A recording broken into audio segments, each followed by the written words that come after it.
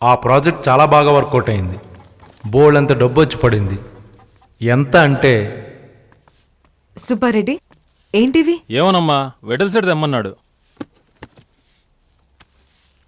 Rubber బ్యాండ్సా? ఇన్ని దేనికి?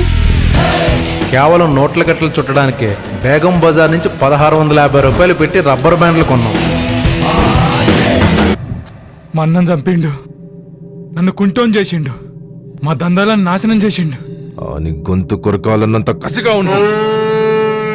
అన్నా ఇదిగో అడ్వాన్స్.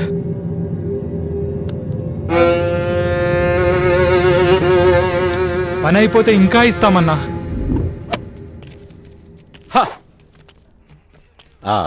ఏంటి ఇంతియాజ్ ఇలా వచ్చావు? అదే సార్, నా సస్పెన్షన్ గురించి. ఓకే, ఓ సాలిడ్ అమౌంట్ రెడీ చేసుకో, మిగతా విషయం నేను చూస్తాను. రిష్వత్ హరామే సార్. చూడు ఇంతియాజ్, నీ మీద పెట్టినవి హ్యూమన్ రైట్స్ కేసు. ఎప్పుడు పడితే అప్పుడు రివ్యూ పిటిషన్ వేయలేవు. అదేంటి సార్, ఈ వారం వేస్తా అన్నారు? ఈ రోజు నుంచి కోర్టుకు 2 నెలలు హాలిడేస్. నిత్యం న్యాయం చెప్పే కోర్టుకు సెలవండి సార్.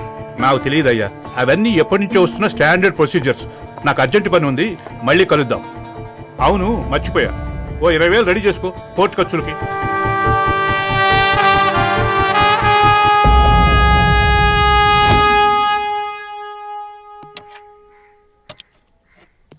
రాజు కాఫీ. సాయంత్రం రావడం లేట్ అవుతుంది, నువ్వు భోజనం చేసి పడుకో. రాజు, ఈరోజు ఏంటి? ఏంటి? మీ పెళ్లి రోజు. వెళ్ళి మాట్లాడు.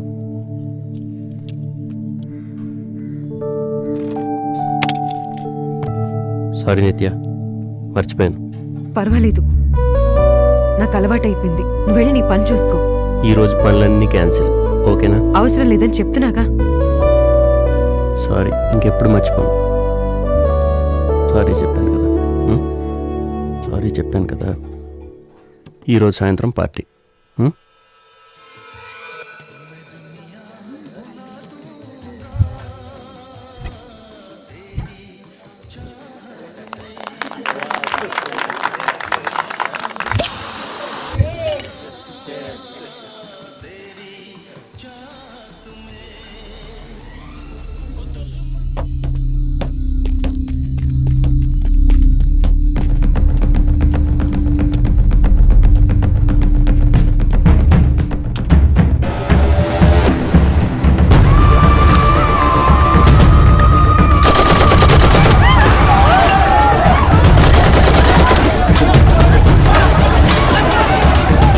గన్ రీలోడ్ చేయి.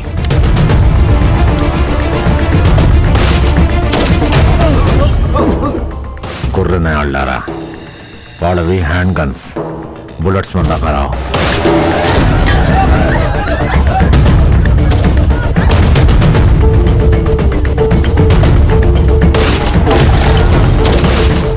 మనం వాళ్ళ రేంజ్లోకి వచ్చేసాం, వెనక్కి పదండి.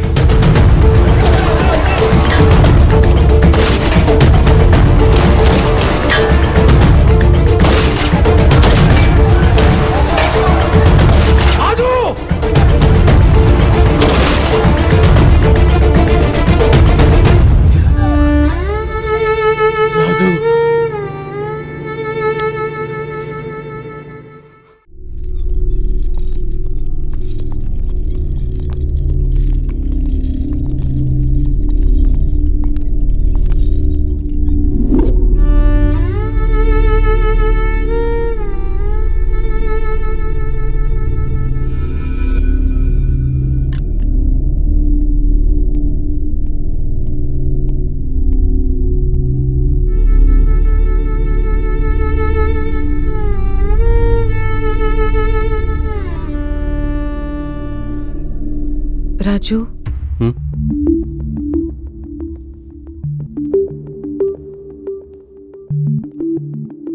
భయంగా ఉంది రాజు. నీకేం కాదు నిత్య, ఈ పని చేసిన వాళ్ళు ఎవరో నాకు తెలుసు. అయ్యో రాజు, నా భయం వాళ్ళని చూసి కాదు, నా గురించి కాదు, నీకోసం. నువ్వు ఇంట్లోంచి వెళ్ళిన ప్రతిసారి టెన్షన్తో చచ్చిపోతున్నాను. ఇక నా వల్ల కాదు. నాకేం కాదు నిత్య. అయిపోయింది రాజు, అంతా అయిపోయింది. నాకు తెలిసిన రాజు నువ్వు కాదు. ఆ రాజు ఎప్పుడో చచ్చిపోయాడు. ఇప్పుడు నీ చుట్టూ ఉన్న ప్రపంచం వేరు. నువ్వు దేనికోసం పరిగెడుతున్నావో నీకే తెలీదు. నేను ఇదంతా కావాలని చేయలేదు నిత్య. నీకు జరిగింది తప్పే, నువ్వు చేస్తుంది కూడా తప్పే. జీవితం అందరికీ సెకండ్ ఛాన్స్ ఇస్తుంది రాజు, నీకు వస్తుంది.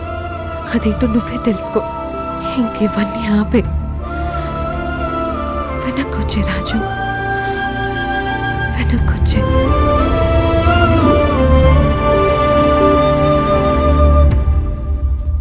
భగవాన్ దాస్ నేను కావాలని చంపలేదు విఠల్ సైడ్. బతిమాలదాం అని వెళ్ళాను. అవసరమైతే కాళ్ళు పట్టుకుందాం అనుకున్నా, కానీ అలా జరిగిపోయింది. ఇప్పుడు అవన్నీ ఎందుకు రాజు? చెప్పని విఠల్ సైడ్, చెప్పుకొని. అమ్మ అక్క ఆట ఈ మూడు అంటే నాకు ఇష్టం. మూడు అర్ధాంతరంగానే ముగిసిపోయినాయి. నిత్తి కూడా నాకు కాకుండా పోతుందేమో అని భయం వేస్తుంది విఠల్ సైడ్. ఒక ఓవర్లో గట్టిగా 3 షాట్లు కొడితే ఆ బౌలర్ మీదే జాలేసేది. అలాంటిది ఈ కొట్టాలు చంపు కొట్టాలు. నాకు ఏమైంది విఠల్ సైడ్?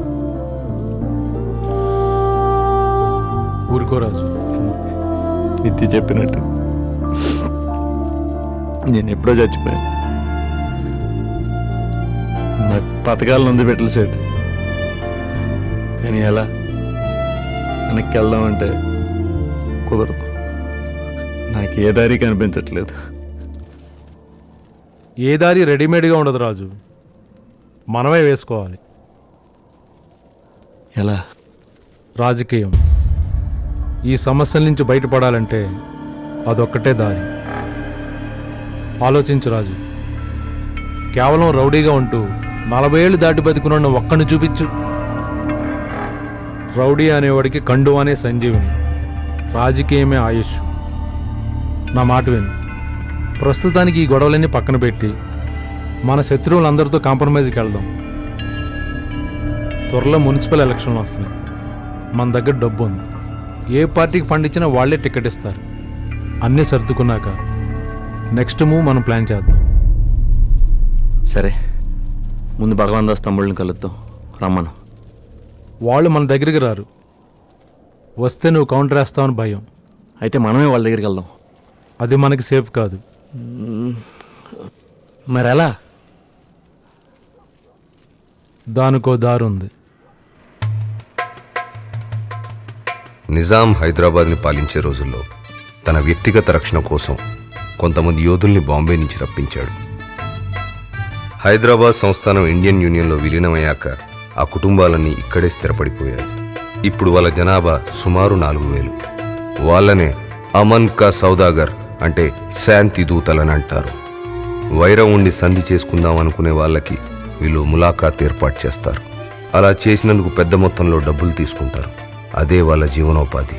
ఆ భేటీలో ఎటువంటి రక్తపాతం జరగడానికి వీల్లేదు. అక్కడ జరిగే ఒప్పందాల్ని చాలా పవిత్రంగా భావిస్తారు. ఎవరైనా తీర్మానాన్ని ఉల్లంఘిస్తే ఏం చేసైనా సరే ఆ 4000 మంది వాళ్ళని చంపుతారు. అలా మాట తప్పిన వాళ్ళని అంతం చేయడం ఓ బాధ్యతగా భావిస్తారు.